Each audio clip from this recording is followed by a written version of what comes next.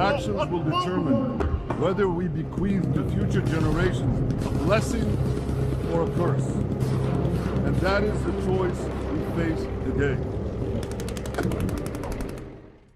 Amigos, esto que les voy a decir ahora, el ejército israelí lo ocultó hasta que pudo y hasta que ya no pudieron seguir tapándolo.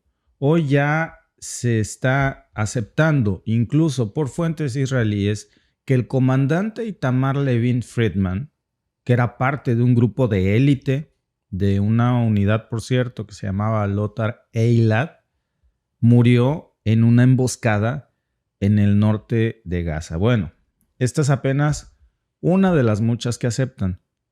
Pero detrás de esto, déjenme decirles que también vamos a estar hablando hoy acerca de cómo se están quedando sin soldados y cómo las cifras que nos están ocultando son mucho, pero mucho más grandes de lo que podemos imaginarnos y, por supuesto, de lo que los medios tradicionales de información nos dicen.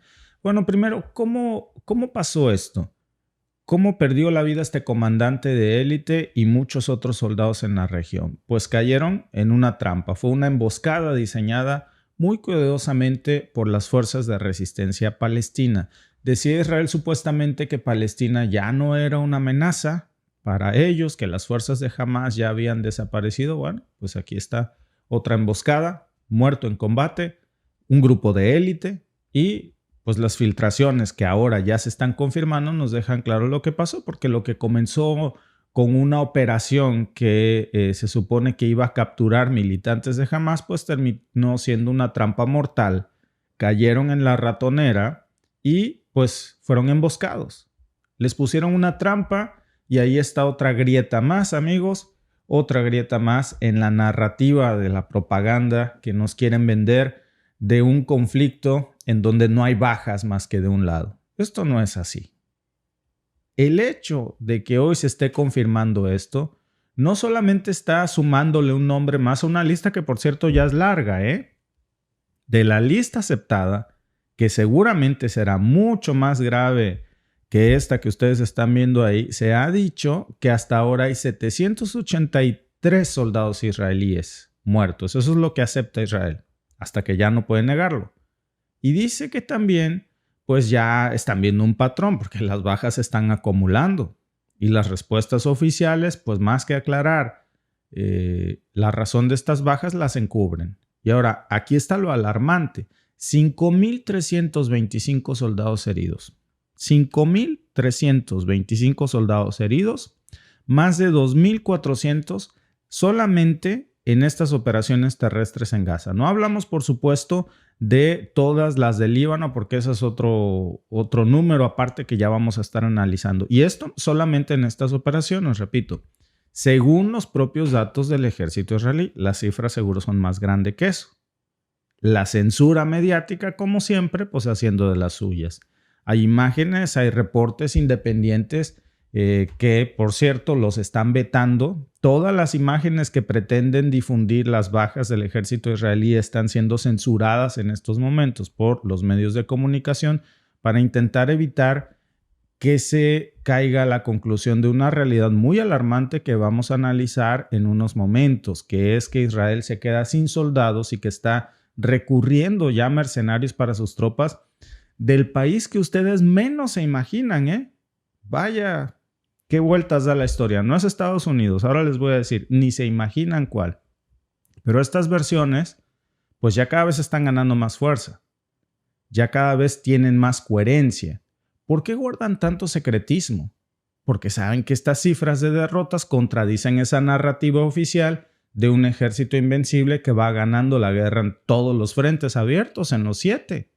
Pues imagínense, ni Estados Unidos tiene tantos frentes abiertos ni podría vender una narrativa así, amigos. Solamente que tengas el control de los medios de comunicación y que seamos tan ingenuos para tragarnos un cuento de ese calibre. Pero miren, vamos a lo que importa. ¿Qué significa esto para la estrategia militar israelí? Y sobre todo, si ahora vamos a ver un ejército que realmente pueda mantener su legitimidad de invencible cuando estamos viendo estos números de bajas que crecen sin freno y estas victorias que no aparecen por ningún lado. no ha no ha reivindicado una sola victoria a Israel desde hace mucho. No dice que hayan tomado o reivindicado un nuevo territorio, no hablan acerca de la baja de un grupo de estos importantes como Hamas o Hezbollah, no, al contrario, vemos estas notas, porque la verdad, amigos, es que este no es un hecho aislado. Y yo, como siempre, cuando les hablo de algo, les muestro algunas de las muchas fuentes, lecturas recomendadas en donde ustedes pueden ir y confirmar estos datos. Además, en las redes sociales están saliendo mucho, no es algo que yo aquí hablando me invente. Porque lo que pasó precisamente hace unos días en Gaza, que finalmente se confirma sobre la muerte de este militar de élite, de Friedman, y la trampa en la que cayeron, pues es parte de un patrón mucho más amplio, porque si un grupo de élite cae en estas trampas, pues amigos, ya ni les quiero yo contar en lo que está pasando con los nuevos reclutas, de los que ahora van a ver ustedes el enorme problema que tiene Israel en este momento, porque desde que inició la ofensiva terrestre de Israel el 27 de octubre, pues comenzaron las pérdidas humanas y han sido masivas. Y las operaciones pues parecen muy atoradas en un pantano táctico de operaciones israelíes que ya no saben en estos momentos para dónde salir, porque están totalmente rodeados y sus avances, amigos, son pues básicamente nulos. Miren, antes de entrar a este análisis, yo creo que hay que hacer un repaso rápido del contexto más amplio de lo que estamos viendo aquí, porque las cifras del conflicto, una guerra que está desangrando a ambos lados. Israel, por supuesto, lanza esta ofensiva terrestre, dice que es como respuesta directa al ataque sorpresa de Hamas el 7 de octubre. Yo no sé qué tan sorpresa fue. Y si los tomó por sorpresa, pues algo hay que hacer con su Mossad. Porque muy inteligente no es como para que le hayan puesto ahí a un lado de la raya 15,000 cohetes y no se hayan dado cuenta. 15,000 cohetes, amigos. Y una cosa así de grande, cuando hay evidencia de que la misma CIA le había advertido que esto estaba pasando a Israel. Más bien, yo creo que tenemos que comenzar a hacer teorías alternas de si esto realmente los tomó por sorpresa. Yo nada más se los dejo ahí. Pero bueno, lo del 7 de octubre sí pasó, eso nadie lo puede negar. Fue un evento desastroso que cobró muchas víctimas israelíes inocentes, más de 1,570. Y eso, claro, marca un antes y un después. 1,570 víctimas israelíes, 43,700 víctimas inocentes en consecuencia asesinadas por Israel en la Franja de Gaza. Un desplazamiento, un genocidio étnico, una excusa perfecta o un motivo ideal para iniciar esto. ¿Cuántos realmente de los secuestrados se han obtenido? ¿Han conseguido la misión inicial? Que recordemos que se supone que era rescatar a los secuestrados. No lo han hecho. En muchos de los casos, estos mismos bombardeos han terminado asesinando a los secuestrados. Parece que no es una prioridad y por eso las familias de las víctimas en Israel están tan molestas con Netanyahu, porque parece que tienen esta percepción de que Netanyahu quiere capitalizar más bien esto como una excusa para un plan sionista. Y desde que vemos cómo inicia esta devastación en Gaza, que ha sido brutal, más de 43,000 muertos, algunos dicen incluso la ONU, en que ya van más de 48,000, no solamente contando a la Franja de Gaza, es una cifra que sigue creciendo, 43,000 o 48,000 es algo brutal. Están bombardeando hospitales, escuelas, zonas designadas como refugios por la propia ONU, a las propias fuerzas de paz de la ONU. Entonces, la otra cosa es que la resistencia palestina pues no se ha limitado solamente a estar recibiendo ataques. Ya estamos viendo que están contestando.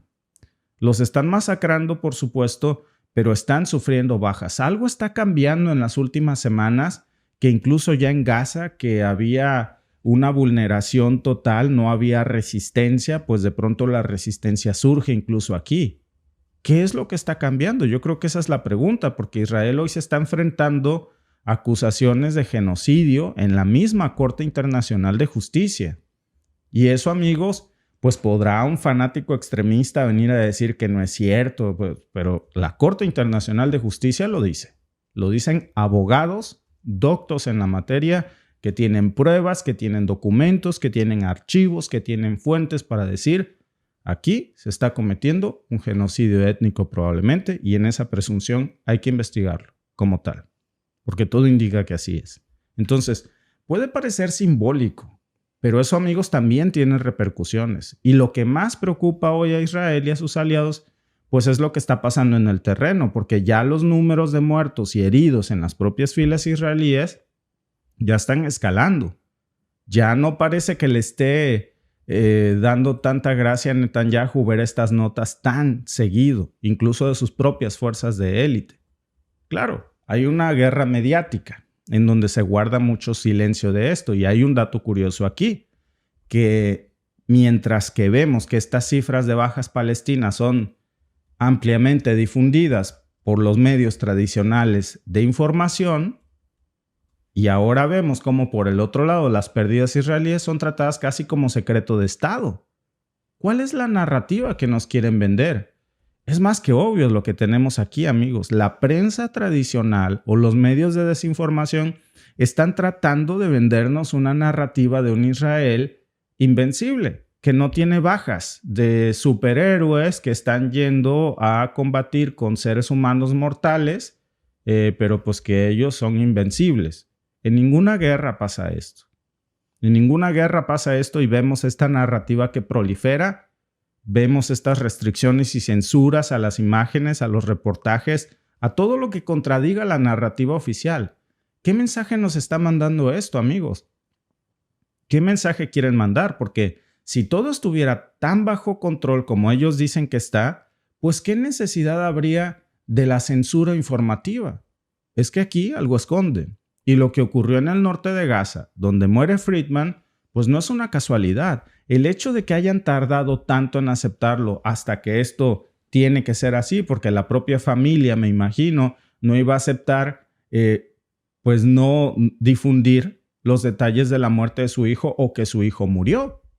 Entonces esto ya es el resultado de una táctica meticulosamente planeada en donde intentan ocultar todo esto hasta que no pueden. Y ya vemos cómo la resistencia palestina pues está demostrando, al igual que lo que estamos viendo en la Franja de Gaza, que no solamente tienen armamento, que ahora tienen sistema de inteligencia táctica, que ahora les ponen trampas incluso a las fuerzas de élite israelí, no a los nuevos reclutas, a las tropas de élite, y caen.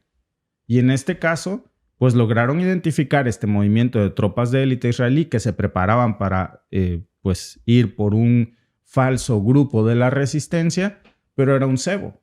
Cayeron en la trampa, en esta unidad de Lotar. Entonces, la pregunta es cómo puede Israel continuar una ofensiva terrestre en un territorio donde cada paso puede ser una trampa, donde ya sabemos que también hay contrainteligencia. Y ahora, ojo con esto, porque no nada más es Gaza. Lo mismo, y lo veíamos ayer, hablábamos de esto por la noche, lo que estaba pasando en el Frente Norte, en donde también Hezbollah le ha estado dando golpe tras golpe a las posiciones israelíes. Ayer atacaron 5 bases militares simultáneas y por el mar también. Entonces, es una guerra de desgaste. Si alguien no se ha dado cuenta de esto, es momento de abrir los ojos. Y esta guerra de desgaste, amigos, pues parece, en contra de Israel, parece que ya está cobrando las primeras facturas. Es algo que en estos momentos podríamos decir que ya está pues logrando parte de su objetivo. Se están quedando sin soldados. Miren, este artículo, que no nada más lo trae Al Arabilla, no nada más lo trae Al Mayadin, The Cradle y otros medios. The Cradle es uno de los medios que lo trae, y muchos otros más, están haciendo esta investigación que es bastante interesante, porque resulta que según varias fuentes, amigos, Israel está enfrentándose a una de sus mayores crisis de personal militar en décadas. Se les acaban los soldados. No les alcanzan ya los reservistas ni con los nuevos reclutas obligados. A ver, ¿por qué creemos que están forzando a los judíos ortodoxos que su religión no les prohíbe empuñar armas ni enlistarse en el ejército a hacerlo por la fuerza? ¿Por qué están, si se supone que el Estado de Israel debe proteger al pueblo judío, por qué están obligando al pueblo judío a abandonar sus creencias y su fe religiosa en algo que para ellos es un pecado. Por eso se resisten.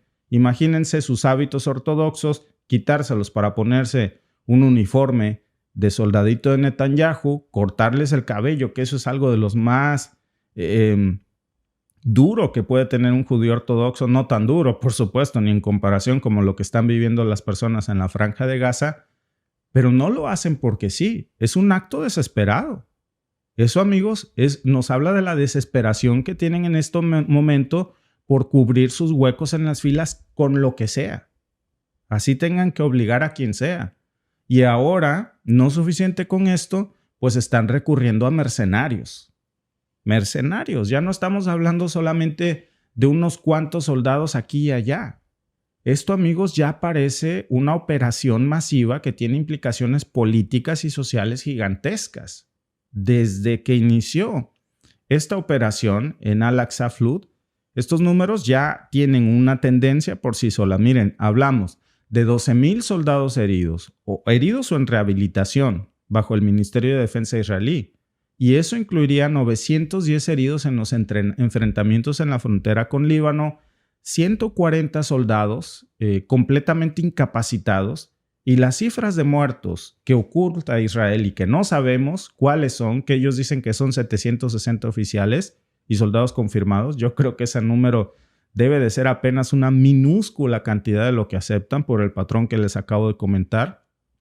Pero como sea, esos números pues son de alguna manera una admisión forzada del gobierno, porque la presión interna para revelar realmente cuán grandes son las pérdidas de Israel pues es cada vez más fuerte.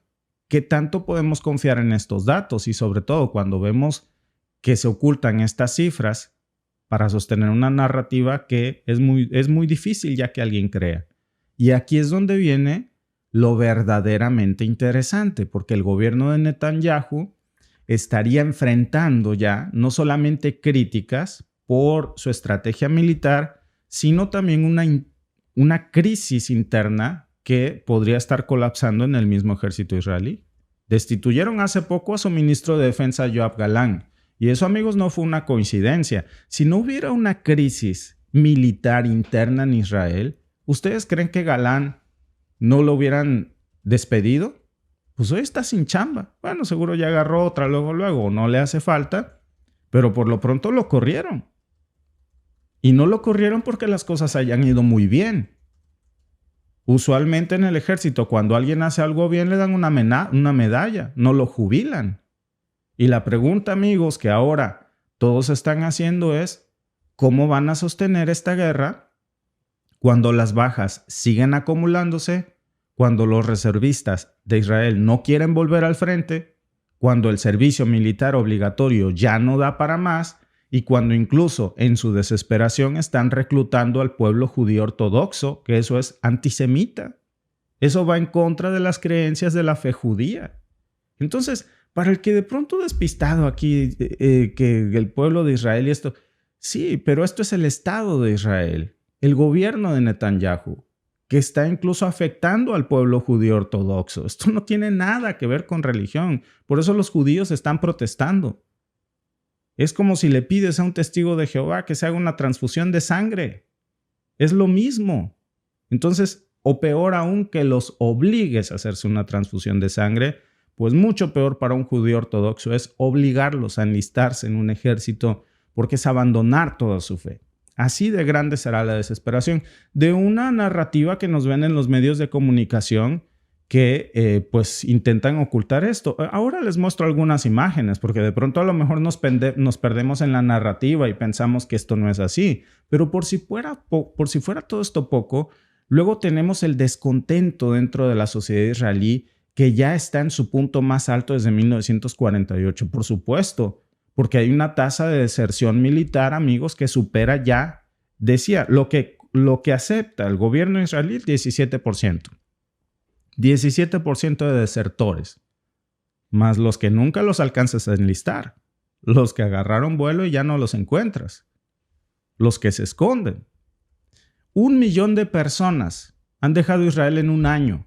1 millón. Es la mayor ola de inmigración del país. Nunca habían emigrado tantas personas en Israel, nunca habían huido de Israel al mismo tiempo. 1 millón de personas. ¿Y saben de quién corren? No corren de la guerra. Porque miren, aquí empieza a jugarnos trampas la mente. Si alguien me dice, nadie puede con Israel, Israel está seguro. Porque huye 1 millón de israelíes de su estado. ¿Sienten que su vida está en peligro o sienten que deben de huir de su gobierno? Porque los quieren forzar a algo, a los que ellos no quieren hacer. Entonces, ¿de dónde van a sacar los soldados para sostener estos frentes activos? 7 al tiempo, pero Líbano y Gaza son los más importantes. Entonces, viene la jugada desesperada de los mercenarios, la vieja confiable, el uso de mercenarios, que es una solución final. Cuando te faltan tropas, pues Israel comienza a reclutar mercenarios de todo tipo. Por un lado, amigos, y esto es lo más grave, están atrayendo a miles de judíos etíopes, conocidos como los falasha, los judíos de Etiopía, que históricamente pues habían sido marginados dentro de la propia sociedad israelí. Y para que se den una idea, solamente 80,000 etíopes tienen la ciudadanía israelí. Y de esos muchos viven en condiciones hacinadas de pobreza extrema en Israel. Pero ahora, ya en un giro de desesperación, el Ministerio de Defensa israelí está empezando a ofrecerles amnistía a todos los que estaban presos por entrar ilegalmente a Israel o por haber sobrepasado sus visas. Pero la condición es que se tienen que enlistar en el ejército. Amigos, si esto no es una medida desesperada, yo no sé qué es. Y si ustedes creen que esto no es cierto, los invito a googlear esta información en este momento para que ustedes se cercioren de este anuncio, que sonaba como el gran ofertón para los judíos de Etiopía, y ahora ya sabemos cuál es el truco. ¿Por qué no lo hacían hace 3 años? ¿Por qué hoy? Justo después de que corren a Galant. No, amigos, es que la narrativa que nos quieren vender los medios tradicionales o los extremistas es muy diferente de esta realidad. La promesa incluso de darles una ciudadanía rápida, imagínense. Entonces, hasta octubre del 2024, ya habían reclutado con esto a más de 17,000 etiopíes judíos en Falasha, claro, con esta condición de que se tenían que ir a pelear a Gaza o a Líbano.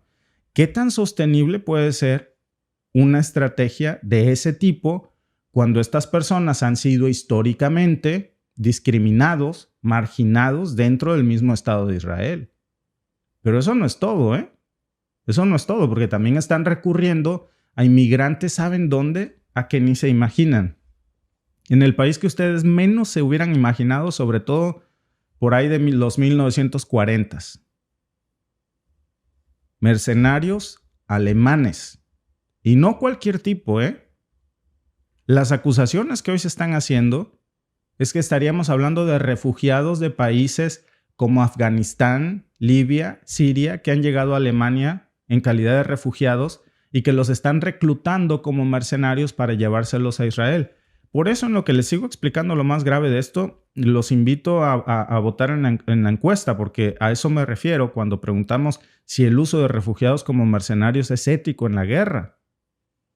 Me refiero a todos estos mercenarios de Afganistán, de Pakistán, que han llegado a Alemania, de libios, del mismo Siria, que llegan refugiados porque Israel bombardea Siria y ahora de allá los están mandando como carne de cañón al ejército israelí. Los están reclutando. Voten ustedes por la opción que más consideren que es justa, porque ya vemos cómo, por cierto, aquí, amigos, algo huele mal, porque lo están haciendo con colaboración de agencias de inteligencia alemanas. A ver, si tanto amor, ¿por qué no se enlistan los alemanes? ¿Por qué mandan a los sirios, a los libios, a las personas afganas que están refugiados, que están en una situación de vulnerabilidad? Y no lo duden, que seguramente les están ofreciendo un camino rápido para sus residencias o ciudadanías alemanas. Eso es terrible. ¿Por qué no mandan a sus propios ciudadanos alemanes? Les están dando hasta sueldos que van desde los 4,000 a los 5,000 euros al mes. Y repito, si alguien cree que esta información no es correcta, por favor, hagan sus propias búsquedas. Porque esto es gravísimo. Es gravísimo. Y los medios tradicionales de comunicación, miren, de esto no dicen ni pío. Les están dando también, dicen varias versiones, una vía rápida para obtener la ciudadanía alemana.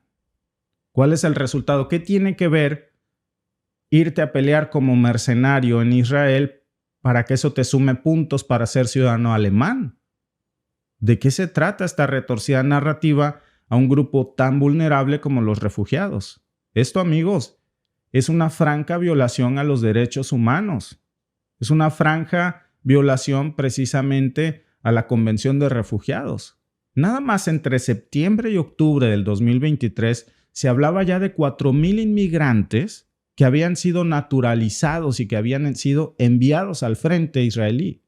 Y por si fuera poco, amigos, incluso agencias como Blackwater, que ustedes saben quién es Blackwater, porque el otro día estábamos hablando de ellos, es esta infame compañía de mercenarios estadounidenses fundada por Eric Prince, que ha sido vinculada en ayudar a cárteles del tráfico en México y en Latinoamérica. Hagan su búsqueda. Blackwater está reclutando soldados europeos. Ya hay el caso incluso de un mercenario español muerto en Palestina. Y eso, amigos, es solamente uno de tantos ejemplos. Ya se estima que Israel estaría pagando hasta 4,000 euros, repito, por semana. 4,000 euros por semana a estos combatientes. O sea, 16,000 euros mensuales. Pero lo están haciendo todo bajo la mesa porque, según estas acusaciones que hace The Cradle y estos medios de comunicación, si reconocieran esto abiertamente, pues sería tanto como aceptar que su ejército ya no puede solo, que no se sostiene por sí, que se les acaban las reservas. Por eso la crisis ya en este frente de batalla está así. Y volviendo precisamente al terreno, si vemos, porque lo decíamos también ayer, lo que pasó en el frente norte apenas hace menos de 24 horas contra Hezbollah, que se ha convertido en un verdadero infierno para los soldados israelíes, un dolor de cabeza enorme, porque las tácticas de resistencia libanesa, pues ahora vemos que se han diseñado para maximizar este desgaste de soldados y por eso recurren a los mercenarios, porque hay emboscadas diarias, porque hay ataques con misiles, con cohetes de alta precisión, que hay una coordinación que vemos que está dejando muy claro que Hezbollah no está actuando solo. Y vemos que las líneas de suministro israelí pues están constantemente amenazadas bajo asedios y que las bases militares en la frontera norte están sufriendo ataques. Nada más ayer atacaron 5 coordinadamente. 5. Y luego está Gaza con estas operaciones terrestres y pues ya vemos cómo por todos los frentes se están reportando bajas y la solución, Alba, pues son estos famosos mercenarios obligados o en situación de vulnerabilidad. Claro, y muchas veces los disfrazan, como ya lo hemos visto, que lo han hecho anteriormente. Lo hicieron en Ucrania, no es algo nuevo, no es una táctica nueva que estén utilizando. La han utilizado desde hace mucho tiempo y en distintas partes del mundo. Lo más reciente que podemos ver y de lo que tenemos conocimiento, pues es de lo que está pasando en Ucrania. Entonces, en Ucrania están utilizando lo mismo, o estaban utilizando la misma táctica, y entonces muchas veces para disfrazarlos dicen que son reservistas, pero luego cuando conoces el número de reservistas que tiene el país, no te coinciden los números con el número de soldados y el número de reservistas. Por ejemplo, en Ucrania decían que tenían entre 80 y 100,000 reservistas, pero desde que inició la guerra y las bajas que han tenido, la deserción que han tenido de la población, porque no toda la población era reservista, entonces tampoco les dan los números, pero es una manera de disfrazar y de decir, no son contratistas, les dicen en Estados Unidos, mercenarios si son de otras partes del conflicto, si son rusos son mercenarios, pero si son estadounidenses son contratistas. Pero al final del día, contratistas, mercenarios, asesinos a sueldo o como los quieran llamar, van a hacer exactamente lo mismo. Van a cubrir los huecos que no alcanzan a cubrir con sus propios soldados. O son reservistas o mercenarios de muy alto entrenamiento militar que utilizan para ciertas misiones que no pueden acceder con los soldados para no exponer a sus soldados. Entonces mandan a los reservistas y ellos se encargan de hacer todo lo que necesitan hacer. Como el batallón de Azov en Ucrania, que era conocido por su letalidad y por la fiereza en su trabajo. Demasiado malos, muy malos. Igual que los Wagner, tampoco son santos. O sea, no se hacen famosos porque vayan a repartir abrazos y besos, ¿verdad? Entonces, vemos que contratan de la misma calaña tipos y luego dice, porque alguien decía en los comentarios, es que hay que aclarar que el soldado que mencionabas no es un mercenario, era un maestro de matemáticas y que no sé qué, sí. Pues era de un grupo de élite. Lo ponen como un reservista. O sea, tú puedes ser reservista y puedes ser doctor, puedes ser ingeniero. De hecho, en las fuerzas militares tú puedes estudiar muchísimas cosas. Aquí en Canadá empiezan desde los cadetes, les empiezan a decir que es un grupo que hacen en las Fuerzas Armadas desde los 13 años y los niños van para que vayan viendo cómo funcionan las bases militares. Nosotros vivimos muy, muy cerquita de una base militar, entonces sé cómo funciona el programa de los cadetes. A los 13 años los niños empiezan a ir y empiezan a hacer como cada sábado van y hacen actividades y todo para que vayan queriéndose enrolar. Entran y muchos de ellos, depende de lo que quieran ser, les ofrecen aquí en la zona donde nosotros vivimos, les están ofreciendo trabajos de inteligencia en computación, les están ofreciendo trabajos de ingeniería, de mecánica, de cosas que supuestamente ellos no necesitan estar en el campo de batalla. Entonces les muestran esa parte a los niños y por supuesto si se enlistan en el ejército, estudian.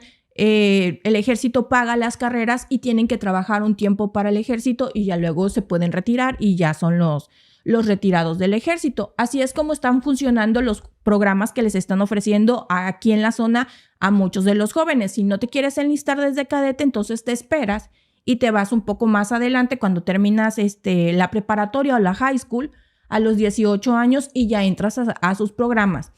Pero es lo que están haciendo, o sea, puedes ser maestro y puede ser un reservista, sí. Y puede ser alguien que fue reservista, que tiene entrenamiento militar muy alto, y entonces unirte a los grupos paramilitares que arman y obtener mucho más dinero que si estás dentro de las Fuerzas Armadas. Eso es algo real. A los paramilitares o a los mercenarios les están pagando mucho más que a los soldados, porque se supone que a ellos les están pidiendo acciones que van... que son más peligrosas. Entonces, por eso les pagan más.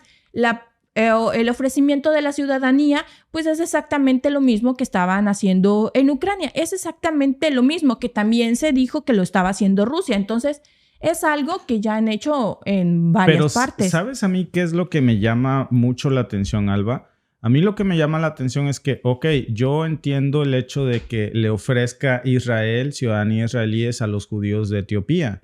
Pero lo que no entiendo es que Alemania le ofrezca ciudadanía alemana a refugiados que están en Alemania, que no tienen nada que ver con Israel. Bueno, pues es que al final del día el sionismo está en todos lados. Los intereses están en todos lados. ¿Qué necesita Alemania? Pues necesita gas. Está teniendo un problema muy fuerte energético por las decisiones que tomaron. Entonces, la Volkswagen, que es la planta más fuerte de Alemania, por la que es mundialmente conocida por sus carros, se llevó una parte de la producción porque es sumamente costoso producir ahí. Porque mágicamente voló el Nord Stream, que varios medios estadounidenses dicen que fue Zelensky en una noche de borrachera con sus amigos, fue y lo voló. Así dicen los medios estadounidenses. Pero entonces, ¿a quién afecta? Pues afecta a Alemania, encarece todo. ¿Qué tiene que hacer Alemania? Pues buscar un gas más económico. Y si en gas hay mucho gas, pues hay que apoyar al que se va a quedar con el gas, porque así lo ven ellos. Claro. Y mira, Alba, lo que les prometí hace rato, a ver si no nos censuran este en vivo, para variar, como todos los días alguno. Siempre de todo yo les estoy presentando pruebas que ustedes pueden ir a consultar, fuentes, fechas. Porque este tipo de temas siempre tocan fibras sensibles en el extremismo religioso y la ignorancia. Cuando alguien diga, Dios bendiga al pueblo de Israel, aquí en los comentarios, entonces deberías de tener otra postura en contra de este conflicto.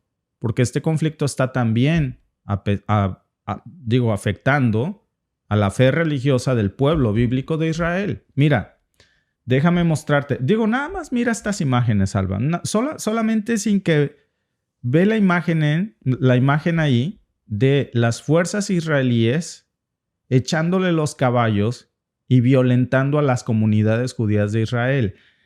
¿Por qué es esto? Por protestas. Protestas porque ellos no pueden enlistarse en el ejército y como necesitan carne de cañón porque se están quedando sin reservistas, están obligando a los judíos ortodoxos a que se enlisten obligadamente en el ejército israelí. Es algo que su fe religiosa no les permite. Repito, es como si obligaras a los testigos de Jehová a hacerse transfusiones de sangre. Mucho peor para ellos es que los metas en el ejército. La nota, por cierto, no es árabe ni es una nota israelí del Jerusalem Post y dice: ¿cómo pueden los judíos ultraortodoxos protestar contra el servicio en las fuerzas de defensa israelí si están demasiado ocupados estudiando la Torá? Es sarcasmo, claro, porque es un medio oficialista protegido y al servicio del gobierno de Netanyahu, no del gobierno, no de los intereses del pueblo de Israel, de los intereses del sionismo, que nada tiene que ver con el judaísmo, son cosas diferentes. Al tiempo que existe el gobierno, que exige que el gobierno funcione mejor, ¿no debería el gobierno también reasignar algo de dinero para financiar a los evasores del servicio militar ultraortodoxo para proteger mejor a nuestros soldados? Es lo que dice. El jueves pasado, cuando corrí por el puesto de reclutamiento de Jerusalén, dice la nota, vi a unas cuantas docenas de manifestantes ultraortodoxos. No fueron unas cuantas docenas. Ahora les voy a mostrar imágenes de algunas de las tantas que hay todos los días. Dice este sicario de la pluma al servicio de Netanyahu: me puse furioso. Si se supone que deben defendernos estudiando la Torá a tiempo completo, ¿cómo podrían encontrar tiempo para protestar? ¿Acaso organizaron un alto al fuego secreto en varios frentes? Lo dice en ironía. Lo más escandaloso fue su arrogancia e insensibilidad. Ya es bastante difícil decir adiós a tus hijos el día del alistamiento en el ejército durante una guerra sangrienta. ¿Cómo se atreven estos mocosos a añadir una pizca de estrés a cualquier padre o recluta? Vean las imágenes de cómo trata en este momento el gobierno de Netanyahu a los propios judíos religiosos.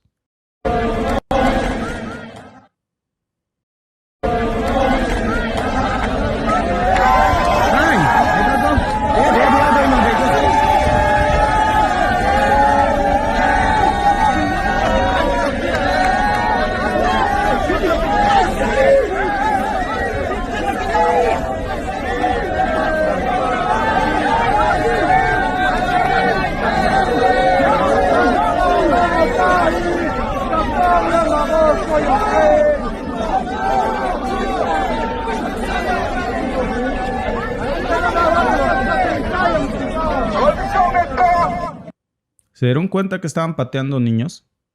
Este vivo lo van a bajar seguro porque al sionismo le requete choca, le molesta mucho que se difundan estos videos, con la excusa de que estaban involucrados menores. Sí, el ejército israelí estaba pateando a menores de edad. El contexto de este video...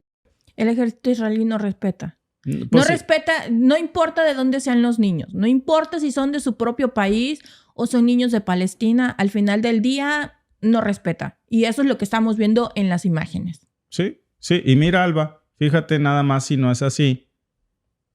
Ese es el contexto del Twitter donde saqué el video. Y ahí viene la fecha de publicación, marzo 3 del 2024. Pero de estos están cundidos las redes sociales. Cuando alguien venga y diga aquí que Dios bendiga al pueblo de Israel, pues no te molesta ver lo que le están haciendo al pueblo de Israel. O te compras la narrativa tonta que te vende CNN a la primera sin darte cuenta que esto está afectando al pueblo de Israel, al pueblo de Palestina, al pueblo de Líbano, a todos los pueblos semitas. Los están afectando por los retorcidos intereses de una élite sionista que lo que quiere es gas, petróleo, tierra, dinero y cosas así de seculares, así de mundanas, así de paganas. Esto no tiene que ver con religión. Judíos ortodoxos bloquean una de las principales autopistas de Israel por 3 horas en protesta por el llamamiento para alistarse en el ejército. Dice, pon atención a la mujer policía, quien golpea sin ninguna razón a los niños que estaban ahí. Sionismo, dice, es un cáncer para la humanidad, es lo que opina Cáliz. ¿Por qué hay impunidad en esto? Porque si Alba, mira, cambia la imagen. Imagínate que fuera el ejército ruso golpeando niños judíos. Así. Uf, Alba. El ejército chino. No. O el ejército chino golpeando a niños judíos. No, Alba. los llamarían sionistas, ya estaría ahí las fuerzas de paz de la ONU, Washington. Pero ¿por qué se callan cuando el ejército de Israel golpea a niños judíos? ¿Por qué a eso no se le llama ser antisemita? Amigos, no hay un ejército más antisemita en estos momentos que el ejército israelí, agrediendo a su propia población judía y al resto de los pueblos semitas. Claro, porque dices, vale, yo lo he dicho y lo voy a seguir repitiendo 1 y 1000 veces. Vale lo mismo una vida en cualquier parte del mundo.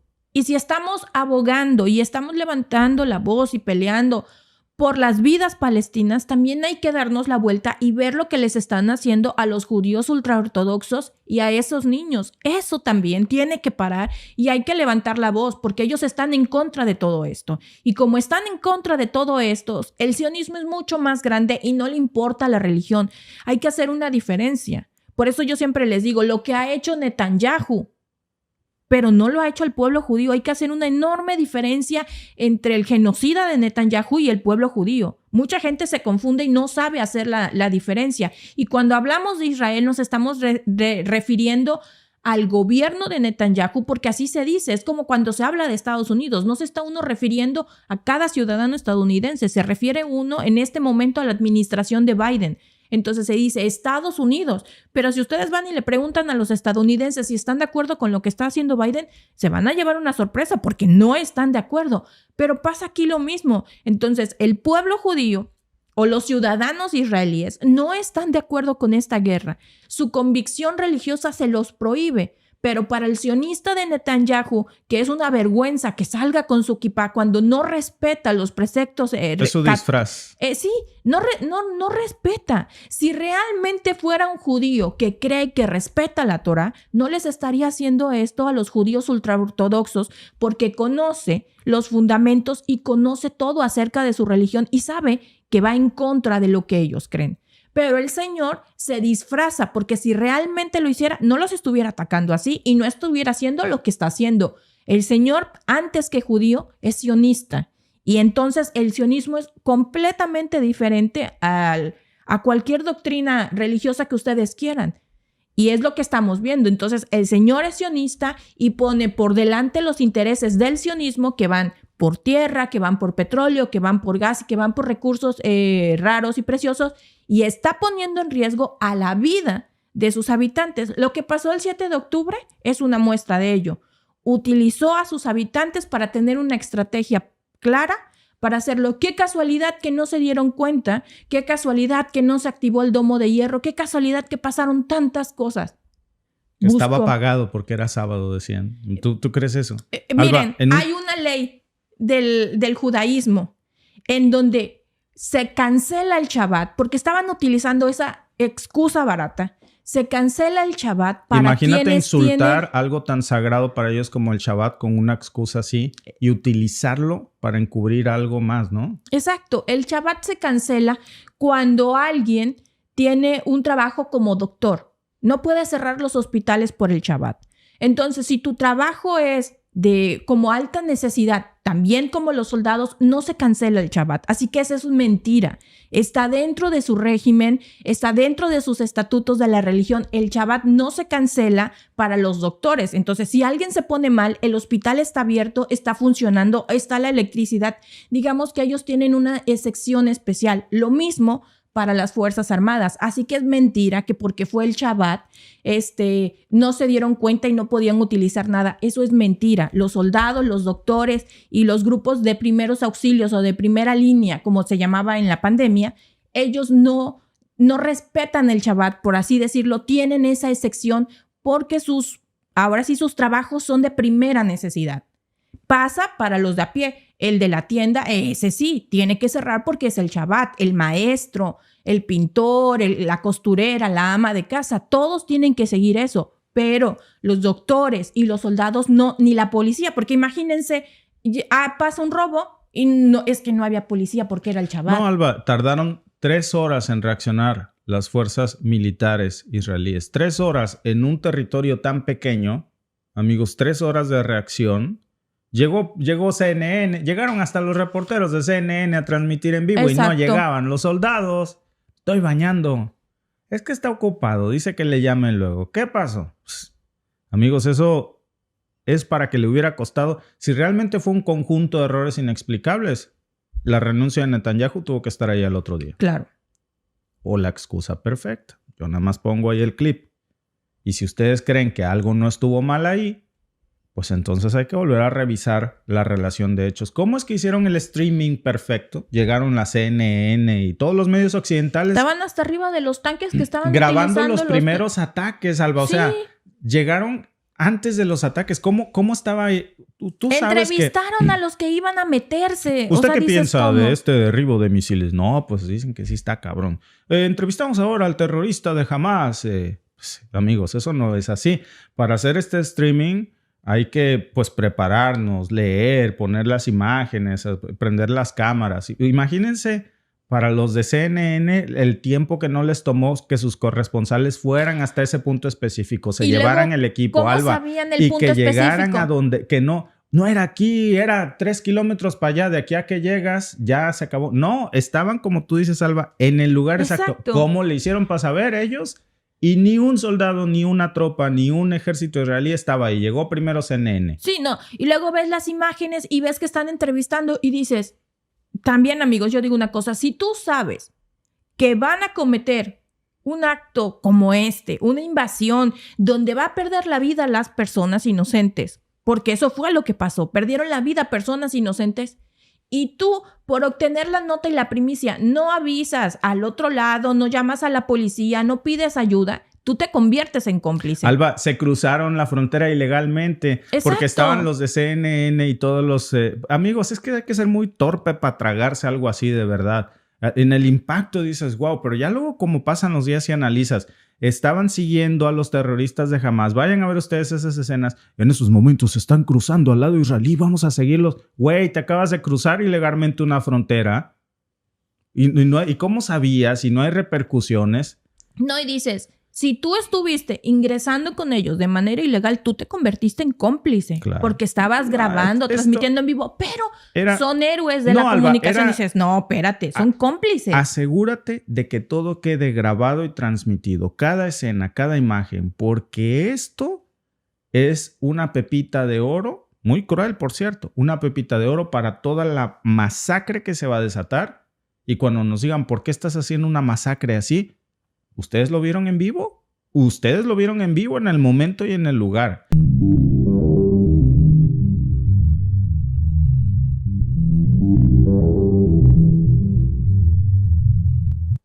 Amigos, esto en Rusia está escalando de nivel demasiado rápido. Hoy por la mañana, el ataque más devastador que Rusia había lanzado sobre Ucrania jamás se dio. Ucrania está totalmente paralizado en la oscuridad en estos momentos, pero ahora, que es de lo que vamos a hablar también, hace apenas 3 horas, Washington acaba de autorizar un bombardeo a Rusia con sus armamentos. Por supuesto, como siempre, usando a Zelensky para que jale del gatillo mientras ellos apuntan el arma. ¿Qué pasó? Vamos a comenzar por la escalada de este conflicto en menos de 12 horas, porque Ucrania pues hoy amaneció en las tinieblas, literalmente. Literalmente los ataques que Rusia lanzó durante la noche dejaron sin electricidad a buena parte de Ucrania. Casi se habla, de hecho, de que todo el territorio ucraniano estaría paralizado en estos momentos y en la oscuridad. Desnudaron por completo toda la vulnerabilidad de los sistemas de defensa de la OTAN. Los burlaron todos. No pudieron parar. El ataque, amigos, realmente es un ataque masivo que ahora les voy a mostrar en pantalla el mapa, pero antes déjenme mostrarles el contexto, porque ahora que vayan a ver en un momento qué zonas estaban siendo bombardeados, todo básicamente. Fue un ataque total, como jamás Rusia se había lanzado así. No es que no pudiera, ahora nos queda claro que es que no quería. Pero bueno, perdió la paciencia. Rusia lanza este ataque. Hablamos del golpe más devastador que se ha visto jamás desde que se inició este conflicto en Ucrania. No hablamos de unos cuantos misiles o de drones como usualmente se dice. Esto ya fue una ofensiva masiva. Fue sincronizada. Barrieron con toda la infraestructura ucraniana clave, todo, desde centrales hidroeléctricas, subestaciones eléctricas, redes ferroviarias, todo. Fue un ataque impresionante. Y lo que queda ya claro aquí es que el ejército ruso no solamente ejecutó una operación a gran escala que el mundo jamás había visto, ahora les voy a decir cómo lo hace porque es impresionante, sino que además está dejando claro que tiene ya la capacidad de asestar un golpe mortal en cualquier momento y que si no lo había hecho era porque no quería hacerlo. Ahora, la pregunta que flota yo creo que aquí en el aire es ¿por qué ahora sí quiso? ¿Qué lo hizo perder la paciencia? Y cómo está respondiendo Washington precisamente a estas horas ya al golpe que estamos viendo que los está dejando al borde del colapso. Porque esto es algo para lo que la OTAN, créanme, no estaba preparada. La OTAN no veía venir este ataque, tampoco veía venir esta pérdida de paciencia de Rusia. Y ya vemos, justo por cierto, cuando el invierno ya está entrando. Y la logística ucraniana pues está en estos momentos que estamos hablando, sí que podemos decir que están en ruinas, están paralizados por completo. Es un jaque mate, de verdad. Es un ataque totalmente devastador que se lanzó. Fíjense, iniciaron a atacar desde el sábado por la noche. Desde el sábado por la noche desataron el caos de Ucrania y pues los primeros drones que lanzaron fueron drones Geran 2 y aparecieron precisamente estos primeros reportes en el cielo, obligando a las defensas aéreas ucranianas pues a desplegar lo que muy pocos vieron venir, que fue un ataque devastador. Ahora les vamos a mostrar imágenes, pero Alba, un ataque así no se había visto jamás desde que inició este conflicto. No.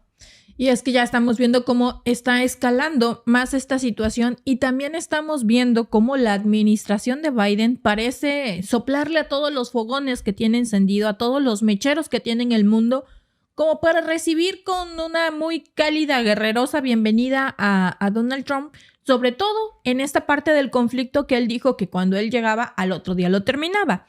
Obviamente la guerra no termina el otro día, tal vez, pero sí el apoyo financiero de Estados Unidos. Y entonces hoy vemos que Biden está ahora sí que rascando en los cajones de la Casa Blanca hasta las últimas monedas para darle toda Ucrania antes de que llegue Donald Trump. Y ahora sí que llegue y que no tenga ni dinero ni nada para seguir con su plan que trae, su plan de gobierno. La cosa es que se le está pasando la mano porque ahora con esto lo que estaría a punto de desatarse es una guerra ya directa, porque Rusia había advertido mucho esto. Lo que Biden acaba de autorizar, que Alba nos va a mostrar esta información que acaba de sacar apenas hace unos momentos, el New York Times y todos los medios ya lo traen, de cómo Biden ya ha autorizado bombardear Rusia. Amigos, esto es una locura, es algo que jamás en la historia de la humanidad moderna se había visto, que una potencia autorice el bombardeo de otra, que Estados Unidos autorice bombardear suelo ruso a través de un tercero, que da igual, francamente. Vean primero el ataque, que da igual me refiero porque aquí lo que cuentan son quienes realmente están involucrados, que sería Rusia y Estados Unidos. Estados Unidos, a través de la administración de Biden, atacando suelo ruso. Queda muy poco para que Biden deje la silla, pero se está asegurando de incendiar todo el mundo de la mejor manera posible o de la peor. Miren el ataque que lanzó esta mañana Rusia sobre todo Ucrania, que fue brutal. Y después déjenme contarles cuáles son las reacciones, cuáles fueron los objetivos y cómo este objetivo ya está escalando demasiado rápido.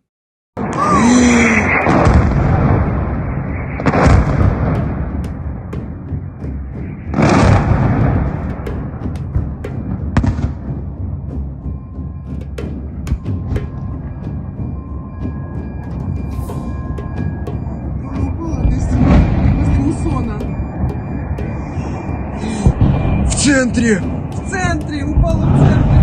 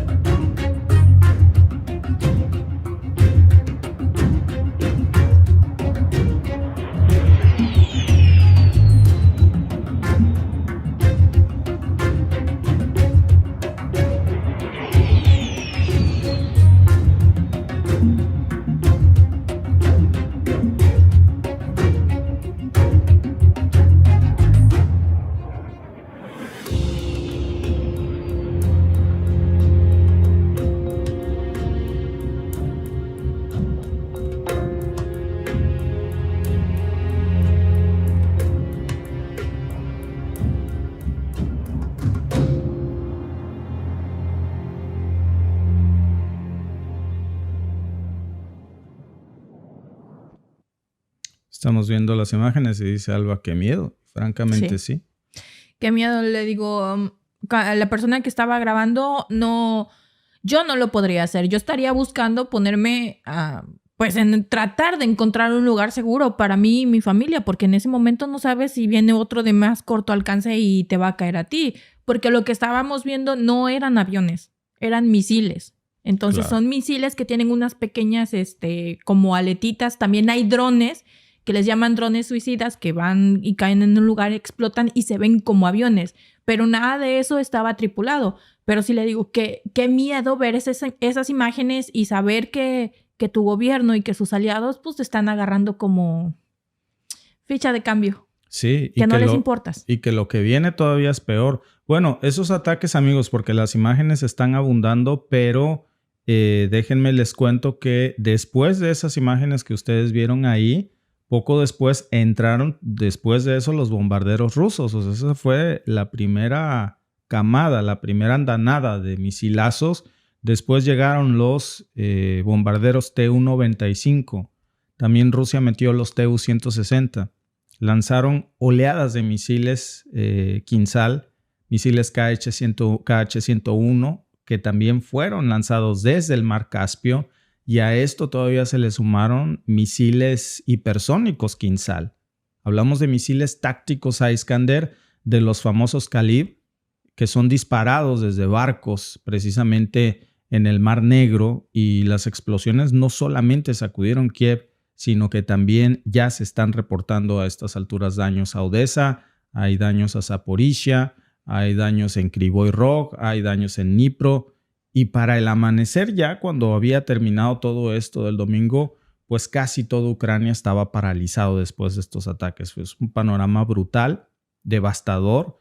De acuerdo con los datos preliminares que tenemos en este momento, los ataques dejaron sin electricidad ya más del 70% de las regiones afectadas. 70% de las centrales hidroeléctricas, que estaríamos hablando de que sufrieron daños críticos, que sufrieron falta de suministro eléctrico, que también afectó pues otros sistemas como sistemas de agua potable, de redes ferroviarias.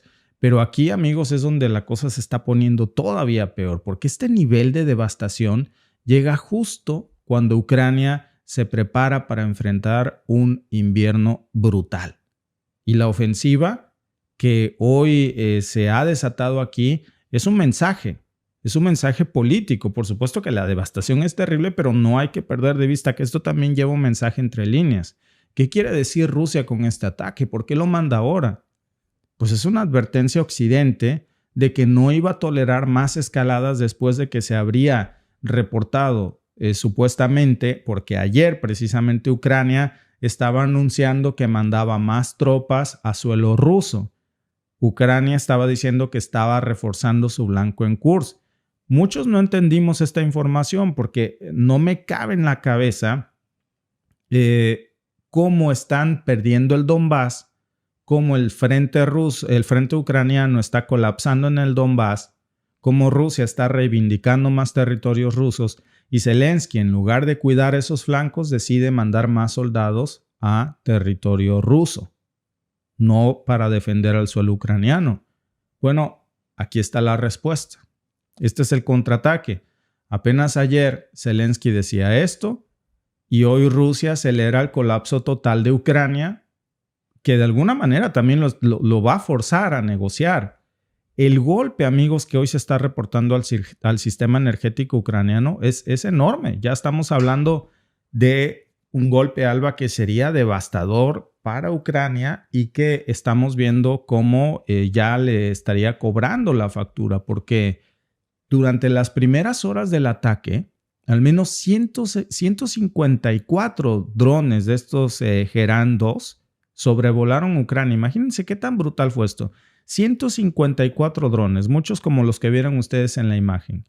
No es solamente, estamos hablando no nada más de un número récord que no habíamos visto jamás. Esto no se había visto. 154 drones de este calibre que fueron solo el inicio. Ya a estas alturas decían 154 drones es un ataque brutal. No, era el cebo. Era el cebo para que los sistemas de defensa ucranianos, bueno, mejor dicho, de la OTAN en Ucrania, cayeran en la trampa. Entonces, Ucrania despliega todo su sistema de defensa aérea, empieza a saturarse con los Gerán 2 y luego viene una andanada de misiles rusos, de los más poderosos, que impactaron más de 100 misiles rusos que atacaron directamente objetivos claves. Estamos hablando, amigos, de instalaciones militares, hablamos de subestaciones eléctricas, misiles que cayeron en nodos de transporte, y no es solamente una cifra, fue un golpe directo a la columna vertebral de la logística ucraniana. Yo no sé cómo se van a levantar de esto. Por lo pronto ya hay cifras preliminares del lado ucraniano que no se han divulgado por completo. Repito, estas son cifras preliminares, pero estos informes independientes ya indicarían, amigos, que al menos 12 de las más grandes ciudades de Ucrania se quedaron totalmente en la oscuridad por más de 10 horas y esta situación sigue así hasta el momento en que estamos hablando. Las 12 ciudades más importantes de Ucrania. Claro que las consecuencias son alarmantes. Estamos hablando también, cuando decimos paralizados, estamos hablando en serio. Hablamos de trenes detenidos, hablamos de sistemas de calefacción apagados, hablamos de millones de ciudadanos que están atrapados en el limbo sin acceso a lo más básico. No tienen redes de transporte, no tienen nada. Están totalmente en la oscuridad y paralizados. Y viene el invierno. Y el enemigo más silencioso de Zelensky en estos momentos es ese, el invierno. Y ahí viene precisamente su gran amenaza, porque las temperaturas en estas regiones, como Kiev o como el Donbass, pueden llegar a los menos 20 grados centígrados. Imagínense ustedes un frío de menos 20 grados centígrados sin electricidad, sin calefacción. Pues las condiciones de vida van a ser insostenibles.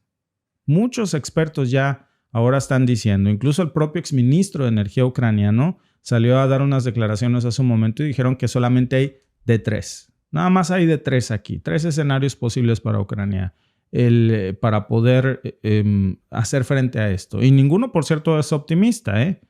El primero y el mejor de los escenarios es que Ucrania pueda hacer estos cortes de energía programados. El peor, millones de personas que van a tener que abandonar sus hogares pues para buscar refugio en zonas rurales donde todavía de alguna forma se puede quemar leña y resulta ser mejor. Y el impacto, amigos, en el frente también va a ser muy significativo porque las líneas de suministro ya están bajo mucha presión. No hay transporte ferroviario, repito, y eso todavía va a agravar más la cosa para Ucrania, sin contar pues la situación en donde ya estamos viendo como todo el apoyo logístico, todo el apoyo militar, pues se cae después de esto. Después de esto, Alba, ya no hay una posibilidad de que Ucrania pueda emerger o ser suficiente, al menos energéticamente. Este es el primer corte, amigos, y si aquí ya pensábamos que las cosas estaban bastante delicadas, Dios mío, agárrense con esto, porque lo que Biden acaba de anunciar, Alba, parece de veras una de esas noticias de casus belli de la Segunda o de la Primera Guerra Mundial, de verdad. Sí. Entonces, pues vamos a analizar qué fue lo que quiere hacer el tío Biden antes de irse, porque las cosas ahora se están poniendo peor con Biden. Pues Biden acaba de aprobar algo que, sinceramente, amigos, ya raya en lo irresponsable. El uso de misiles de largo alcance, ATACMS, por parte de Ucrania para atacar directamente dentro del territorio ruso. Bueno, pues estos misiles tienen un alcance de 190 millas y van dirigidos a objetivos como Kursk, donde Rusia pues ya ha desplegado más de 50,000 soldados, incluyendo 10,000 tropas norcoreanas.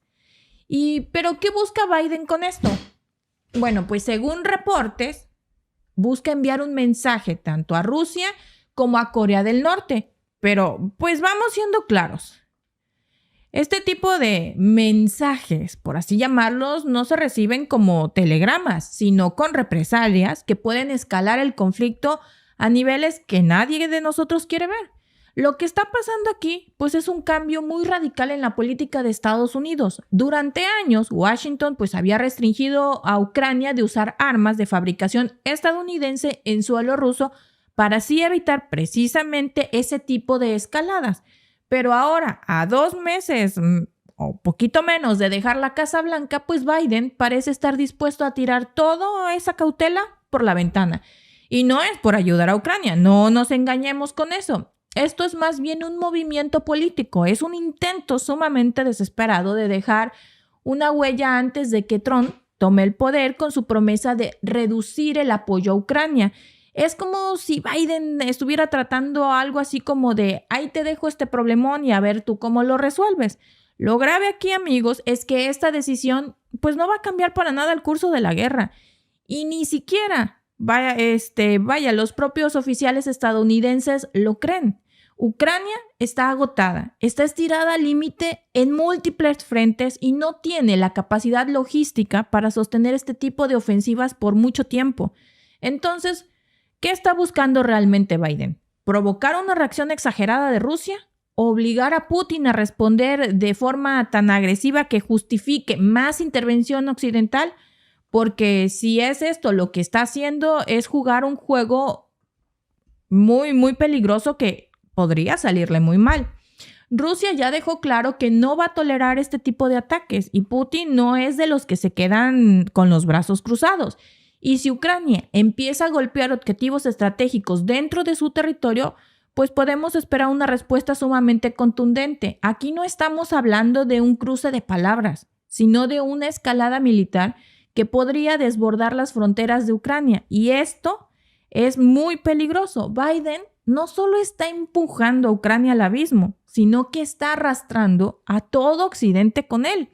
Y como si esto no fuera suficiente, pues también está metiendo a Corea del Norte en esta ecuación. Según reportes, las tropas norcoreanas están luchando junto a las fuerzas rusas en Kursk y los ATACMS están diseñados para atacar sus posiciones. ¿De verdad creen que Kim Jong-un va a retroceder? Este hombre, si algo lo caracteriza, no es precisamente que sea una persona muy prudente. Y darle una razón para redoblar su apoyo a Rusia es como mínimo, pues, una muy mala idea. Corea del Norte ya ha demostrado que no tiene problema en desafiar a Occidente. Y este movimiento de Biden, pues, podría fortalecer aún más la alianza entre Moscú y Pyongyang. Ahora, algunos dirán que esto es un acto de valentía y un intento de enviar un mensaje a Rusia y sus aliados. Pero ¿qué pasa cuando este mensaje no se recibe como esperan? Porque la realidad es que cada escalada de este tipo solo sirve para consolidar a Rusia y a su postura. Rusia no va a ceder territorio, y mucho menos ahora que tiene el apoyo de países como Corea del Norte y en menor medida o menos pública, China. Lo que Biden está haciendo no es presionar a Rusia, es darle más razones para endurecer su posición. Y aquí viene la pregunta que nadie en Washington parece querer responder. ¿Qué pasa si Rusia responde atacando bases estadounidenses en Europa? Porque no olvidemos que Estados Unidos tiene tropas y activos estratégicos en varios países europeos que están directamente al alcance de las represalias rusas. Ya se habla de posibles sabotajes, de ataques cibernéticos o incluso ofensivas directas contra instalaciones militares. Y esto no lo digo yo, lo dicen los propios informes de inteligencia estadounidenses. Pero parece que Biden está más interesado en dejar a un lado y en dejar, según él, su legado de apoyo inquebrantable a Ucrania que en pensar en las consecuencias a largo plazo que esto puede tener para su propio país.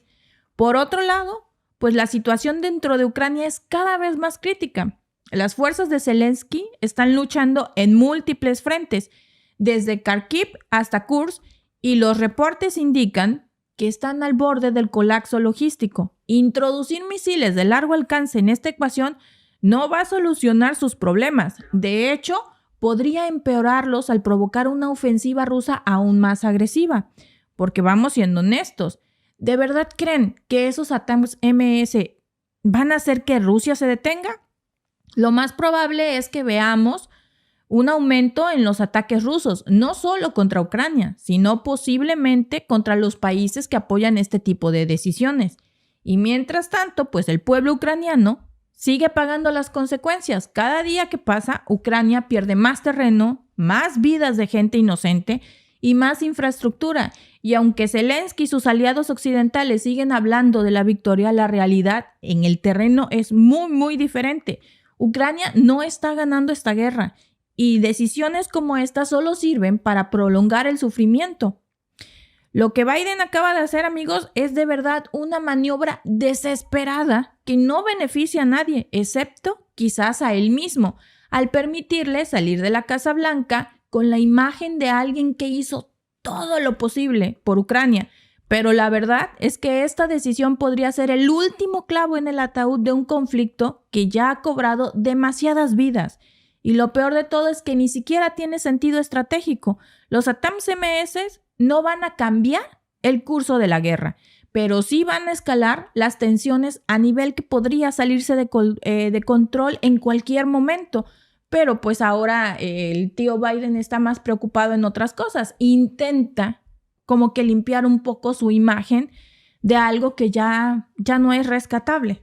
Pues mira, Alba, eso no es nada más. Ahora, estamos viendo un anuncio impactante que, claro, además le quiere minar el camino a Trump para que este conflicto en Ucrania no se acabe. La misión de Biden es que la industria armamentista gane la mayor cantidad de recursos posibles a costa de los propios ucranianos. ¿Cómo va a reaccionar?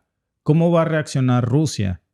Porque ya había una advertencia de esto. Miren, déjenme les muestro algunas de las versiones que están circulando en estos momentos en redes sociales acerca de que pues Rusia ha advertido a Estados Unidos que la decisión de Biden de autorizar a Ucrania a bombardear Rusia pues podría ser el inicio de una tercera guerra mundial. ¿Qué dice Putin sobre esto? Bueno, yo creo que es un buen momento para recordar qué había dicho sobre el hipotético escenario que muchos pensaban que era lejano de que Biden autorizara bombardear territorio ruso con armas estadounidenses. Vean esta declaración que hoy hay que rescatar de lo que el mismo Putin había advertido que iba a pasar, y esto ya pasó. El ejército ucraniano no es capaz de realizar ataques con modernos sistemas de precisión de largo alcance de fabricación occidental. No puede hacerlo. Solo es posible con el uso de inteligencia satelital, de la que Ucrania no dispone. Se trata de datos procedentes únicamente de satélites de la Unión Europea o de Estados Unidos, satélites de la OTAN. Eso es lo primero. Segundo, un hecho muy importante, quizá clave, es que estos sistemas de misiles solo pueden ser pilotados por personal militar de la OTAN. El personal militar ucraniano no puede hacerlo. Así que no se trata de permitir o no que el régimen ucraniano ataque a Rusia con esas armas. Se trata de decidir si los países de la OTAN participan directamente en un conflicto militar o no. Si se toma esa decisión, significará la implicación directa de los países de la OTAN, Estados Unidos, los países europeos en la guerra de Ucrania. Sería su participación directa y esto, por supuesto, cambiaría la esencia misma, la naturaleza misma del conflicto. Significaría que los países de la OTAN, Estados Unidos y los países europeos están en guerra con Rusia. En ese caso, significaría un cambio en la naturaleza misma de este conflicto. Tomaremos las decisiones adecuadas en función de las amenazas a las que nos enfrentemos. Pues ya pasó, ¿eh? Vean ustedes la gravedad de esto. Parece que Biden está en la onda de, pues de la Casa Blanca ya me voy y ya tengo mis 80 años bien vividos. Entonces, ¿Tiene más? Pues, bueno, el problema es lo que están haciendo. Exacto. Amigos, es una locura. Esto es una completa locura. ¿Cómo están reaccionando los medios rusos en este momento? Es muy importante leerlos ahora. ¿Saben por qué? Ya leímos al Wall Street Journal, ya leímos al New York Times, pero también hay que ver cómo reaccionan los medios rusos porque esa, amigos, es la clave para saber o la pista de alguna manera para entender cómo se está leyendo esto, pues de alguna manera desde Rusia y cuáles son las reacciones que podríamos anticipar. Miren, el proscrito medio por las plataformas, ya saben, RT está reportando en estos momentos: Ucrania lanzará ataques con misiles ATAC-MS contra territorio ruso en los próximos días. Esto, por cierto, es ya una confirmación que el mismo Reuters está sacando y que vale la pena también analizar aquí. Es más, déjenme ponerles la nota. Está saliendo en estos momentos, entonces creo que sí vale la pena que podamos analizarla porque aquí puede venir una clave de cuáles van a ser las reacciones. Recuerden que evidentemente hay una cercanía del medio RT con los sistemas gubernamentales rusos y entonces esto nos puede dar una pista de cómo se está leyendo esto en suelo ruso. Dice la nota, Ucrania planea atacar el territorio ruso con misiles de largo alcance de fabricación estadounidense ATACMS en los próximos días, tras obtener el permiso del presidente de Estados Unidos Joe Biden, informa Reuters citando fuentes. Según una fuente, la fuerza ucraniana planea llevar a cabo sus primeros ataques de largo alcance contra Rusia en los próximos días. Sin embargo, debido a preocupaciones de seguridad operativa, no se detalló qué tipo de objetivo sería atacado ni se nombró la fecha del ataque. Las fuentes comunicaron que probablemente los primeros ataques contra el territorio ruso se realizarán con misiles ATACMS que tienen un alcance de más de 306 kilómetros. Mientras tanto, la Casa Blanca declinó hacer comentarios al respecto. Este domingo, el New York Times comentó, citando a personas familiarizadas con el asunto, que Biden por primera vez ha dado autorización a Ucrania para atacar al interior del suelo ruso con misiles de largo alcance suministrados por Estados Unidos. Las fuentes contaron que la primera agresión probablemente se llevará a cabo contra las tropas rusas y norcoreanas en defensa de las fuerzas ucranianas en la región de Kursk, en el oeste de Rusia. De acuerdo con un medio, la decisión supone un cambio importante en la política estadounidense. ¿Por qué en Kursk están señalando, amigos? Porque cada vez se confirma más la teoría de que los soldados que están atrapados en Kursk son realmente soldados de países miembros de la OTAN. Muy probablemente son soldados estadounidenses, no ucranianos. Y entonces ahí hay un pelotón muy grande de soldados extranjeros que están hoy cercados, totalmente rodeados y a nada de ser acribillados porque ya se quedaron encerrados y están buscando una manera de sacarlos desesperada. Y bueno, pues esta me parece, Alba, que no es... la manera es algo que Biden no conoce y se llamaba diplomacia, negociación, no esta. Así es.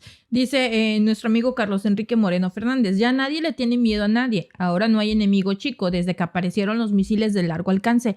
Yo creo que desde que se empezaron a utilizar las sanciones como un arma, entonces las naciones sancionadas, por supuesto, empezaron a crear sus redes de apoyo, sus uniones con otras naciones que también estaban en la misma situación.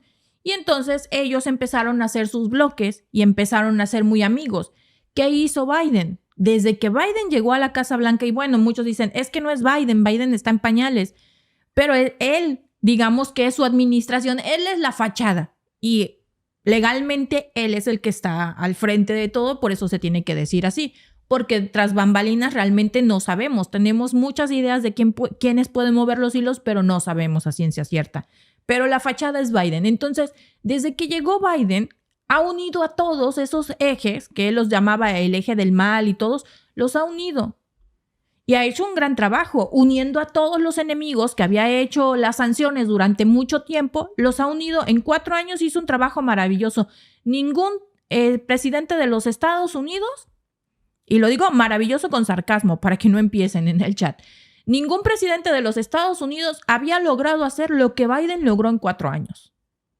Y fue unir a todos los enemigos de Estados Unidos y hoy estamos viendo los resultados. Pero en su contra. Exacto, en su contra. Entonces vemos que llegaron confiados la OTAN, que son 32 países, llegan a Ucrania y dicen vamos contra Rusia únicamente. De nuevo subestimaron al enemigo. Luego vimos cómo a los utolingos también los subestimaron. Y en este momento, como dice nuestro amigo, no hay enemigo pequeño, porque fueron tan apaleados tanto tiempo por las sanciones y por toda la política de distintas administraciones de Estados Unidos, que aprendieron a preparar su propio armamento, que aprendieron a crear nuevas relaciones comerciales, a crear nuevas relaciones geopolíticas. Y hoy lo que estamos viendo, pues fue un descubrimiento para el mundo porque nadie sabía que tenían estas capacidades. Hasta antes de que iniciara la guerra, nadie ponía en duda el poderío de la OTAN. Sabíamos su poder destructivo a lo largo del mundo. Llevan 75 años. Nadie les había hecho un contrapeso. Hoy estamos viendo una guerra de desgaste en donde muchísimos empresarios en Alemania pensaron que esa guerra no iba a tardar más de 6 meses porque la OTAN era muy eficaz. ¿Y qué vemos? Que van para 3 años. 3 años de destrucción, 3 años en donde se han hinchado los bolsillos de la industria armamentista. Entonces, eso es lo que estamos viendo, una guerra de desgaste para las economías mundiales, pero una guerra de enriquecimiento para las economías de guerra, para las economías donde se producen armas, el petróleo, el gas se ha elevado muchísimo el precio. Entonces, esos son los que le siguen metiendo dinero a la administración de Biden para que siga encendiendo mecheros antes de que se vaya. No está tratando de limpiar su imagen, está tratando de llevarse todo lo que pueda, un botín más grande de guerra que ya ni lo necesita él, pero para sus tataranietos. No, y no le sube el agua al tinaco al señor, ya nos queda clarísimo, porque miren, por primera vez en mucho tiempo, bueno, por primera vez en 4 años, mejor dicho, como bien dijo Alba, durante la administración Trump anterior, una sola guerra no se desató en el mundo. El señor tenía comentarios bastante racistas, desatinados, de proteccionismo, pero eso sí, fue un pacifista. A la mala o a la buena, pero no se desató un solo conflicto bélico en el mundo por causa de este señor. Ahora, la prueba. Hoy Biden está disque autorizando estos misiles por la entrada de Corea del Norte y Rusia. ¿Qué pasó con Trump? Kim Jong-un era un aliado de los Estados Unidos. Por lo menos ya estaban platicando. Vean cómo cambian las cosas. Cómo aquí el problema, la tuerca barrida, es Biden.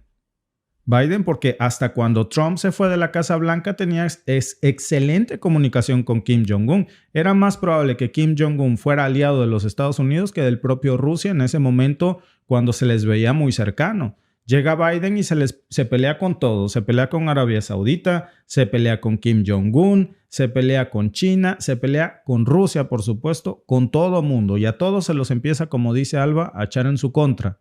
Y hoy no hay una sola persona que salga a decir esto va a ayudar a la paz en Ucrania. Es una bendición lo que ha hecho Biden porque esto va a facilitar encontrar vías diplomáticas para pacificar. Hoy de lo que se habla es de una escalada, de la posibilidad de una guerra mundial desde hace 3 o 4 horas que autorizó esto Biden. Nadie defiende esto como una vía inteligente o un camino hacia la paz.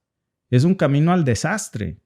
Y aquí nos queda claro que lo que está haciendo el señor Biden es minarle el paso a Trump para evitar a toda costa que pueda lucirse con la paz una vez que llegue, la paz que él prometió que va a poner en Ucrania en el conflicto con Rusia. Entonces, que vuele el mundo entero antes que se salga con la suya Trump. Claro. Voy a hacer una aclaración aquí. Dice nuestro amigo Luis Guitron. Alba y Víctor, entiendo la inclinación a Rusia. Estoy casi seguro que su fuente, es decir, su corresponsal, ha de ser ruso. Esto es una observación. Estoy casi seguro.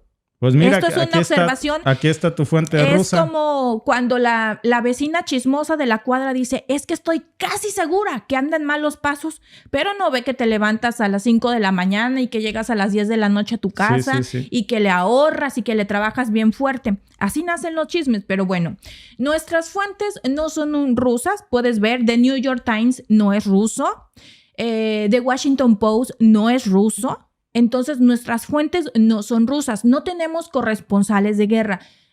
La monetización de YouTube no da para tanto, amigo. No somos latinos que pueden tener corresponsales. Nosotros no nos da para tanto. No nos da dinero la Bastida. No nos da dinero mexicanos contra la corrupción. Entonces, no podemos darnos el lujo de tener corresponsales. Sí tenemos un acuerdo con AFP. Que, por cierto, AFP tampoco es un medio prensa prorruso. asociada. Es AFP porque es prensa asociada francesa. Exacto. Entonces, ninguno de la información que nosotros tenemos es rusa. Y tenemos este convenio con ellos porque a ellos sí les da tener corresponsales de guerra, tener corresponsales en Ucrania, tener coberturas en varias partes del mundo. En Palestina, en Irán, en Siria, en cualquier Israel. parte del mundo donde esté pasando un conflicto y tenemos las imágenes del momento, podemos tener acceso a entrevistas y todo lo demás. La interpretación que se da de cada entrevista y hecho, esa depende estrictamente de nosotros y no compartimos siempre la de ellos. Entonces, no.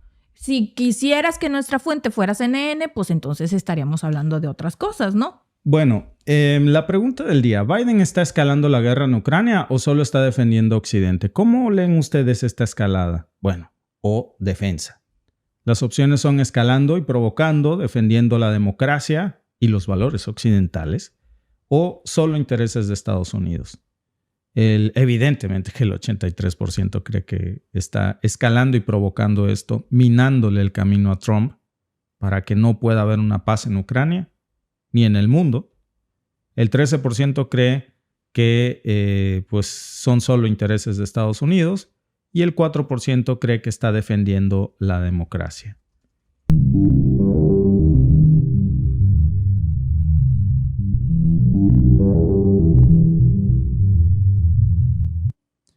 Amigos, este tema tiene demasiada censura informativa. La última vez pudimos hablar de esto gracias a que cambiamos el nombre de los HUTIES y los llamamos utolingos. Y hasta ahora ahí sigue ese streaming. Entonces recuerden que cuando nos referimos a los utolingos son a los HUTIES. ¿Por qué tiene tanta censura este tema? De verdad, miren, hemos hablado de cosas en Israel, de cómo está ahora al frente desde Líbano, Gaza, Irán, pero Rusia incluso. Pero cuando hablamos de los utolingos, el Mar Rojo y esto que le está pasando a la flota naval del tío Sam, ahí sí, toda la censura del mundo cae. Y es que hay una realidad con esta nota que hoy vamos a analizar.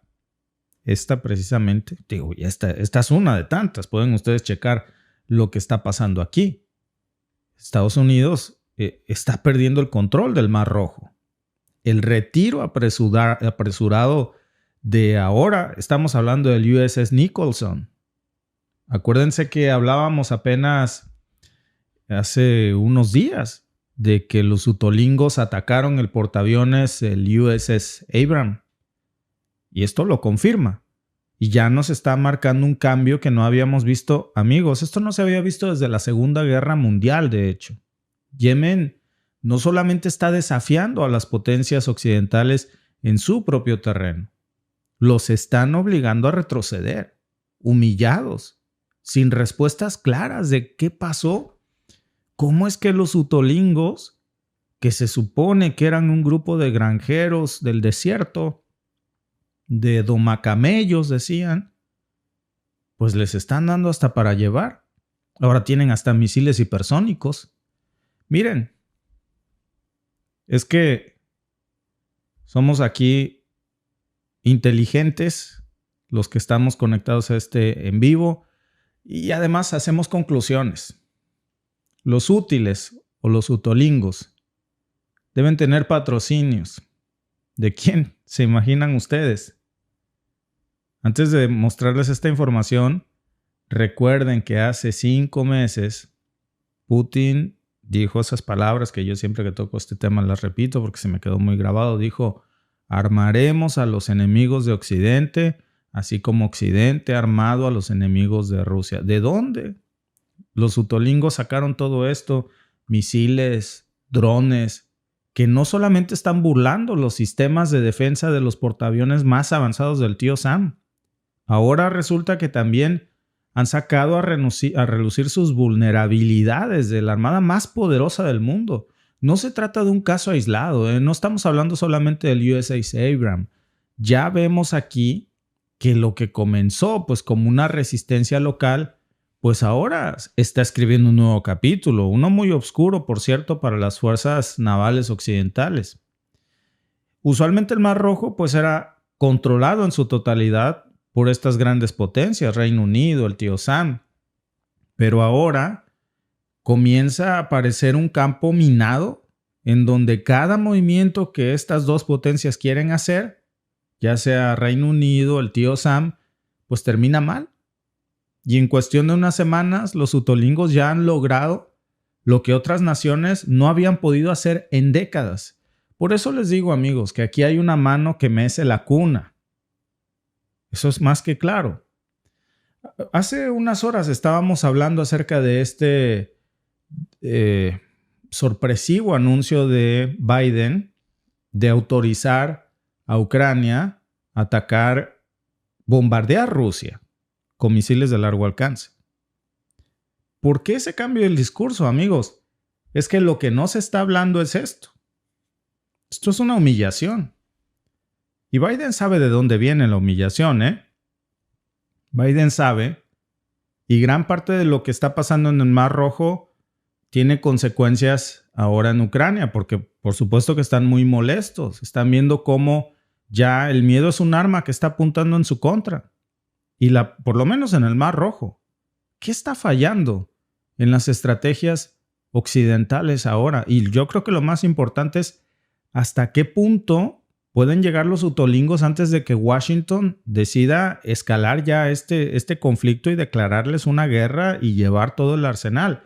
Bueno, el USS Abraham Lincoln tiene capacidad nuclear y salió dañado. Entonces, pues eso va a tener implicaciones, pero una vez que las tenga, ¿quién va a salir al rescate de Yemen? Puede ser que haya sorpresas y que más de una potencia que menos nos esperamos salga a su rescate y entonces se vuelva un verdadero conflicto. O tal vez por eso Washington esté, pues de alguna manera, guardando la respuesta o esté guardando mesura, porque Ansarallah no solo está golpeando ya a la flota naval del tío Sam, ya está redefiniendo todas las reglas del juego. Desde que comenzaron con estas operaciones navales de los utolingos, pues hemos visto cómo, por cierto, contra objetivos vinculados a Israel, que era lo que motivó todo esto, más reciente escalan ya en abierto contra los buques de guerra del tío Sam, llámese portaaviones, llámese bombarderos.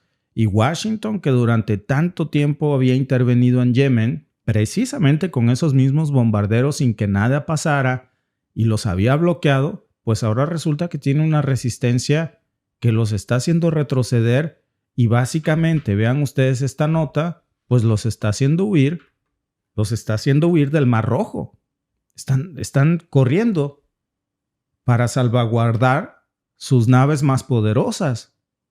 Incluso el comandante del USS Kearney lanzó un informe reciente que pueden ustedes leer en cualquiera de estos artículos y una lectura sugerida, pero hay muchas más, porque admitió que los ataques de los utolingos ya eran una amenaza que no habían visto desde la Segunda Guerra Mundial. No es una suposición que solamente nosotros tengamos aquí, ya estamos confirmando esto. Y como los sistemas defensivos que interceptaron, se reportan 8 ataques, 5 misiles balísticos, 4 misiles de crucero. Pero lo que realmente, fíjense, llama aquí poderosamente la atención es que, a pesar de todas estas defensas, las embarcaciones estadounidenses, pues ahora tienen que retroceder.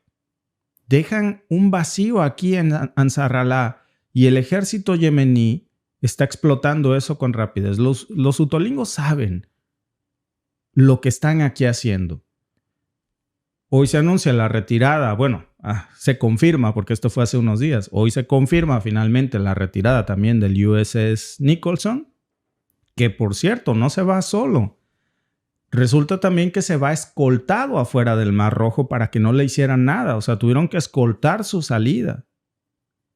Después de que lanzaron un ataque directo que no fue solamente un movimiento táctico, fue por supuesto un símbolo de que las estrategias de disuasión militar occidental pues están fracasando en una región donde el control marítimo pues es clave para los intereses estratégicos de Occidente. Y el caso de lo que le pasó al USS Abraham Lincoln que hablábamos hace unos días, que se fue con cautela, camuflajeándose por declaraciones del mismo líder de los utolingos, vimos lo que sucedió, de cómo ellos asumieron la responsabilidad de ese ataque.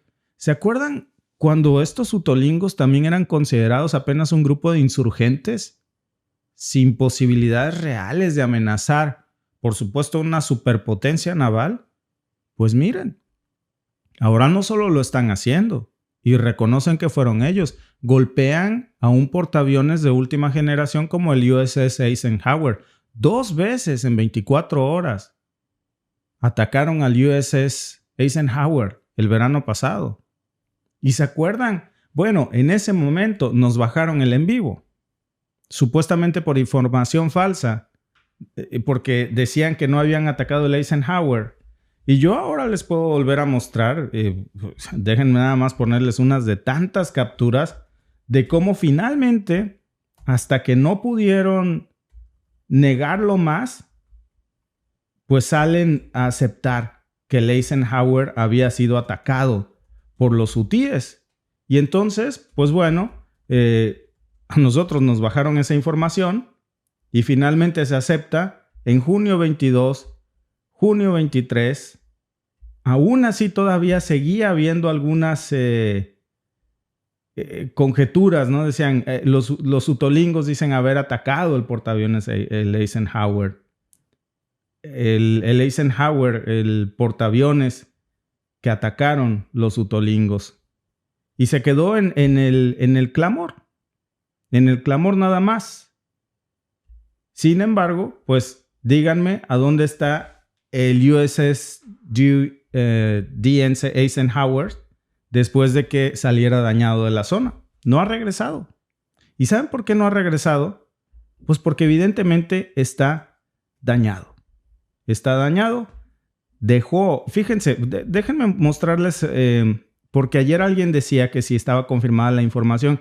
Ya después de que nosotros la decimos y de que Occidente hace hasta lo imposible para ocultarlo, pues esta información tarde que temprano se sabe. En su momento se confirmó que el Eisenhower había dejado el Mar Rojo.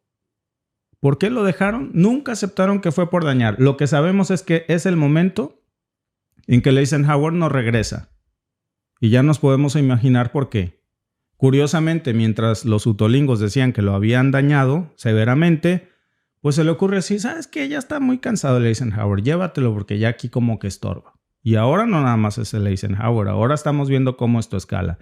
Cómo ya es el USS Abraham Lincoln, ahora ya también vemos como un bombardero más se retira corriendo del Mar Rojo porque están utilizando la misma tecnología. Ahora están, por cierto, agregando otras. El mismo Pentágono ya ha salido a decir que están impactados por estos nuevos ataques de los hutíes y que están analizando cómo hacer frente a esta amenaza. Bill LaPlante, que es el subsecretario de Defensa para Adquisiciones y Sostenimiento de los Estados Unidos, incluso dijo que estos ataques eran una sorpresa. Miren, déjenme leerles sus palabras. Dijo, he estado toda mi carrera rodeado de misiles y lo que los utolingos han hecho en los últimos 6 meses, lo dice él mismo, me tiene en shock. Ya no lo pueden negar. Y ahora, amigos, pues lo que habíamos dicho, estamos hablando de ataques que ya no son al azar. Hay informes recientes que dicen que estos misiles yemeníes están diseñados específicamente para superar las defensas de los Estados Unidos. Sus sistemas de misiles antibuques, sus drones de largo alcance, tienen una coordinación impecable que están haciendo que la flota estadounidense pues retroceda hasta no encontrar una solución. ¿Quién les diseña estos trajes a la medida de los utolingos? ¿De dónde están sacando esta tecnología, este conocimiento militar? ¿Cómo saben cómo romper esas defensas? Alguien les está ayudando, ¿eh? Alguien les está ayudando. Y por eso yo me regreso al comentario de nuestro amigo Eric Lemmy, porque aquí deja una pista que yo comparto. Por supuesto que en México hay un dicho para esto. Decimos, juego que tiene desquite ni quien se quite. Y ya estamos viendo esto. Ahora, pues la pregunta obligada es ¿qué pasa si de alguna forma esta estrategia se replica en otras regiones? Porque si una más no está meciendo la cuna detrás de esto y ve que está funcionando, no nada más lo va a hacer en Yemen, ¿eh?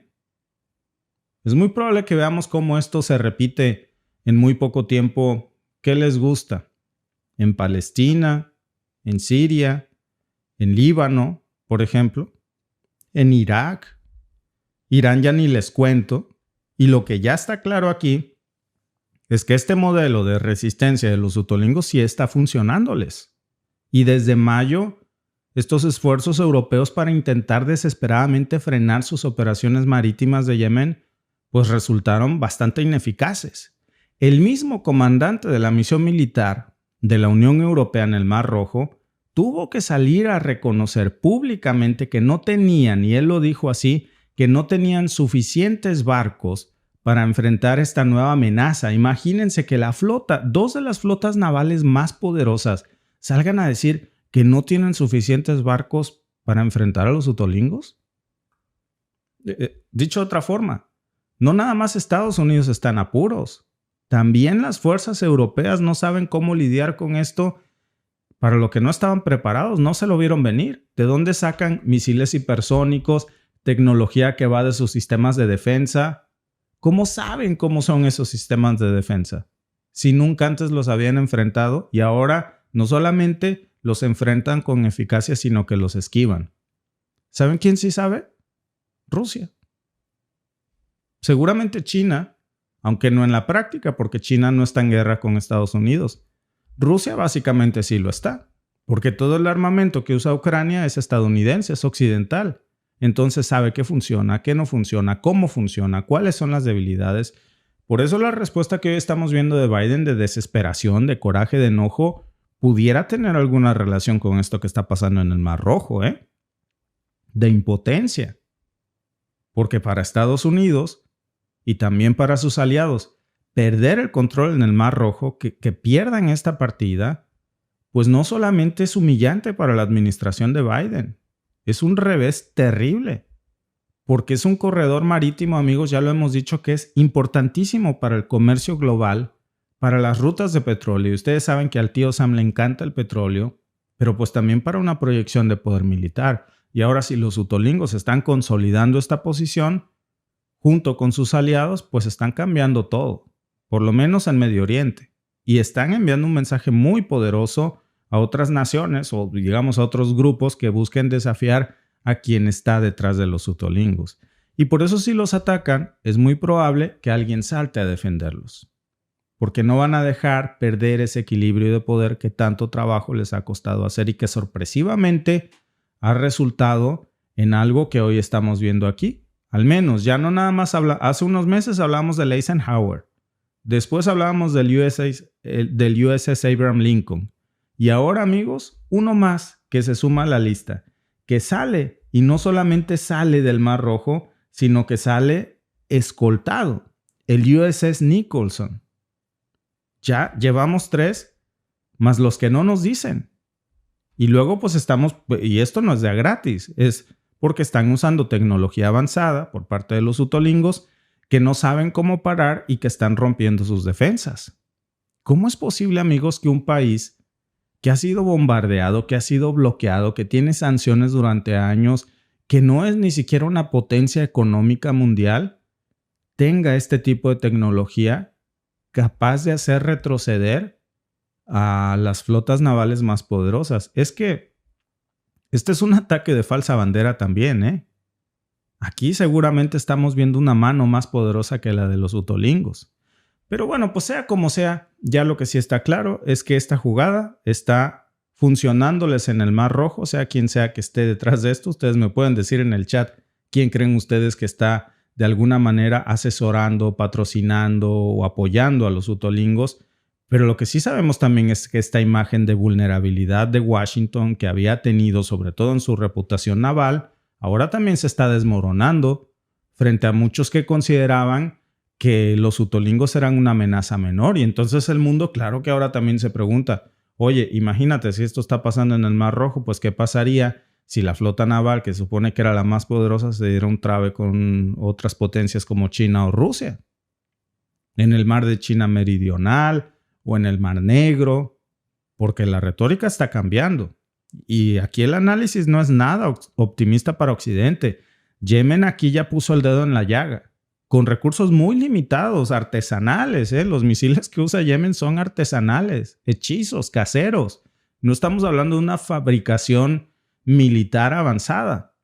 Ahora, si esta tendencia continúa, pues vamos a estar viendo seguramente el comienzo de una nueva dinámica en Medio Oriente, en donde ya las potencias regionales y los movimientos de resistencia de este eje, pues comiencen ahora a dictar las reglas del juego y a poner sus propias reglas, en donde estas superpotencias como Reino Unido y Estados Unidos van a tener que adaptarse. Les guste o no. Les guste o no, ¿eh? Y francamente, pues yo creo que hay que pensar qué sigue después de esto, porque si los utolingos pueden golpear estos portaaviones, si están obligando a los buques de guerra más poderosos a retirarse, pues también cuánto tiempo va a pasar antes de que las rutas comerciales del Mar Rojo se conviertan en una zona de conflicto abierto y donde por supuesto que Occidente vaya con todo a la cargada contra Yemen. Esto es muy probable que suceda y aquí va a sufrir la población civil de nuevo. No está claro lo que va a suceder en los próximos escenarios, sobre todo con la llegada de Trump. Hay que recordar que, por ejemplo, Trump había denominado a los utolingos como un grupo de terror. Ustedes ya saben cuál es la palabra correcta, que no la podemos decir aquí, pero esta denominación se la quita Biden cuando llega a la Casa Blanca. Entonces, de alguna manera, les quita el pie en el cuello. Too late, como dicen por acá. Ya es muy tarde para hacer algo. Ahora los utolingos ya son una fuerza que les está regresando una de tantas, como decimos en México, una de cal por 1000 de arena. Seguramente Trump va a tomar alguna medida en contra de ellos. La pregunta es ¿hasta dónde? Si será una medida bélica y también diplomática o puramente bélica. Porque si es una medida puramente bélica, vamos a ver estallar un conflicto, una guerra de guerras en el Mar Rojo, de un presidente que se ha caracterizado por ser un presidente no bélico. Es interesante lo que podría pasar aquí. Lo que sí sabemos, amigos, es que hoy por hoy están retrocediendo. Ya no nada más hablamos, repito, del USS Eisenhower. Luego se suma el USS Abraham Lincoln y ahora el USS Nicholson. ¿Y cuántos más que no sabemos ni siquiera que estaban allí seguramente oficialmente, pero que ya se fueron? La pregunta es, y yo creo que es lo más importante aquí es, ¿por qué está pasando esto? ¿Por qué los sistemas de defensa de la flota naval más poderosa están fallando en el Mar Rojo frente a los hutíes? Imagínense si esto pasa frente a los frente a los utolingos, pues ¿qué pasaría entonces si se enfrentaran ante la flota militar, ante la flota naval rusa o China? Hay una retórica aquí que está en peligro. Las opciones son tecnología obsoleta, subestimaron a Yemen o es producto de una estrategia mal planificada. Gracias a todos los que están votando en la encuesta que acabamos de cerrar aquí por YouTube. El 46% cree que es tecnología obsoleta, el 40% cree que subestimaron a Yemen y el 14% cree que es una estrategia mal planificada. Pues ya veremos. A mí me parece, y en eso sí coincido, amigos, que está pasando aquí, a Biden le está pasando el mismo error de lo que pasó en Afganistán.